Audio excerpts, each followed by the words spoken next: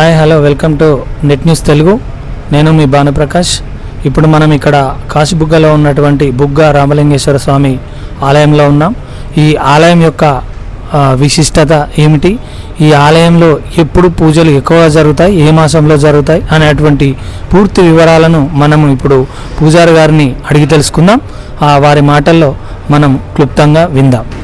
ధన్యవాదాలు. పూజారి గారు నమస్కారం. నమస్కారం. ఈ ఆలయం యొక్క విశిష్టత, ఈ స్వామివారు ఎప్పటి నుండి పూజలు అందుకుంటున్నారు, కళ్యాణం కూడా దగ్గరికి వస్తుంది, మరి దాని గురించి మీరు మీ మాటల్లో చెప్తారని. తప్పకుండా. సదాశివసమారంభం శంకరాచార్య మధ్యమం అస్మదాచార్య పర్యంతం వందే గురు పరంపరం. ఓం నమ శివాయ. నా నామధేయము సందీప్. నేను గత కొన్ని సంవత్సరాలుగా ఈ దేవాలయంలో అర్చకుడిగా స్వామివారికి సేవలు అందిస్తున్నాను. ఈ దేవాలయము ప్రతాపరుద్ర మహారాజు గారిచే నిర్మించబడిన దేవాలయము. అది పురాతన దేవాలయము. ఈ దేవాలయము సుమారుగా 700 సంవత్సరాల దేవాలయము. ఈ దేవాలయము శిథిలా వ్యవస్థలో ఉన్నదని మా ఆలయ కమిటీ వారు దీనిని పునర్నిర్మాణం చేయడం జరిగింది.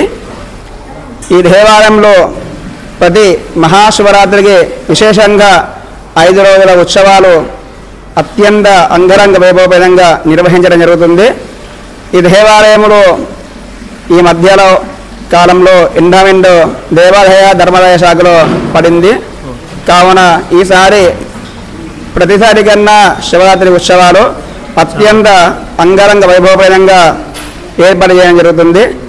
ఈ ఉత్సవాల భాగంగా 26/2/2025 బుధవారం మహాశివరాత్రి సందర్భంగా మన దేవాలయంలో 22వ తారీఖు నుంచి 27వ తారీఖు వరకు మహాశివరాత్రి ఉత్సవాలు నిర్వహించడం జరిగింది. ఈ ఉత్సవాల భాగంగా 23వ తారీఖున ఆదివారం రోజున సహస్ర కలశాభిషేకం, కళ్యాణం జరిగే ఆ విగ్రహమూర్తులకు సహస్ర కలశాభిషేకము చేయడం జరుగుతుంది. అదేవిధంగా 24వ తారీఖు సోమవారం ఏకాదశి తిథి సందర్భంగా సాయంకాలం ప్రదోషకాలంలో 5:30 శ్రీ విశాలాక్షిపేద విశ్వేశ్వర స్వామివారి కళ్యాణ మహోత్సవం అత్యంత అంగరంగ వైభవప్రదంగా దేవాలయ ధర్మాదాయ శాఖ వారు నిర్వహించడం జరుగుతుంది. అలాగే 26వ తారీఖున మహాశివరాత్రి పర్వదిన సందర్భంగా ఉదయం 3 గంటలకు మహాన్యాసపూర్వక రుద్రాభిషేకము, తదుపరి విశేష రుద్రాభిషేకాలు, అర్చనలు నిర్వహించడం జరుగుతుంది. ఉదయము 4 గంటల నుంచి సాయంకాలము మరల 12 గంటల వరకు విశేష అభిషేకాలు నిర్వహించి లింగోద్భవ కాలంలో స్వామివారికి మళ్ళీ మహాన్యాసపూర్వక రుద్రాభిషేకము ఇవి నిర్వహించడం జరుగుతుంది. కావున భక్తులందరూ కూడా అధిక సంఖ్యల్లో విశాలాక్షుల మీద విశ్వేశ్వర స్వామివారి దేవాలయానికి విచ్చేసి స్వామివారి అనుగ్రహమును పొందగలరు. సదాశివం. స్వామి, ఇక్కడ ఈ స్వామివారు ఈ లింగం ఉంది కదా, ఈ లింగంలో చిన్న చిన్న లింగాల్లా కనిపిస్తుంది. అందులో ఎన్ని లింగాలు ఉంటాయి? ఈ దేవాలయంలో సహస్రలింగం అనే లింగం ఉంది. ఈ లింగానికి అభిషేకం చేస్తూ మనము ఒకేసారి సహస్ర అనగా 1000 లింగాలకు అభిషేకం చేసిన ఫలితం మనకు లభిస్తుంది. ఈ దేవాలయంలో ఇక్కడ స్వయం గంగా, ఇక్కడ గంగామాత బుగ్గ రూపంలో పుట్టింది కాబట్టి ఈ లింగము అనేది ప్రతాపరుద్ర మహారాజు కాశీ నుంచి కాశీ నగరం నుంచి తీసుకొని వచ్చి ఇక్కడ ప్రతిష్టాపన చేశారు కాబట్టి ఆ అమ్మవారు బుగ్గ రూపంలో పుట్టింది. ఈ లింగము కాశీ, అందుగా ఈ నగరానికి కాశీబుగ్గ అనే పేరు వచ్చింది. ఇప్పుడు ఈ లింగం కాకుండా అక్కడ లోపల ఒక లింగం ఉంది, అది ప్రధాన లింగమా, ఇది తర్వాత పెట్టినటువంటి లోపల ఉన్న లింగము గర్భాలయంలో ఉన్న లింగము ప్రధాన లింగము. అది కాశీ నగరంలో నిర్మించబడి ఇక్కడికి వచ్చి ప్రాణ ప్రతిష్టాపన రాజుగారి చేయించడం జరిగింది. కావున ఆ లింగం అనేది చాలా మహిమానతమైన లింగము. కాశీలో ఎలా స్వామివారికి పూజలు ఇస్తే ఎలా పుణ్యఫలితం ఇస్తారో ఇక్కడ కూడా ఈ నగరం కూడా కాశీ లాంటిది కాబట్టి ఈ దేవాలయంలో అర్చనలో అభిషేకం చేయించుకున్నచో వారికి కోరిన కోరికలు అన్నీ కూడా నెరవేరుతాయని భక్తులు ఇక్కడ చాలామంది చెబుతుంటారు.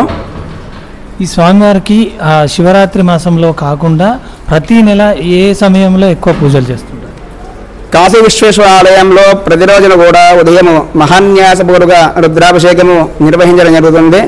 ఎక్కడా లేనటువంటి మహాన్యాసపూర్వక రుద్రాభిషేకము ఈ కాశీబుగ్గలోని శ్రీ కాశీ విశ్వేశ్వర ఆలయంలో మాత్రమే ప్రతిరోజున జరుగుతుంది.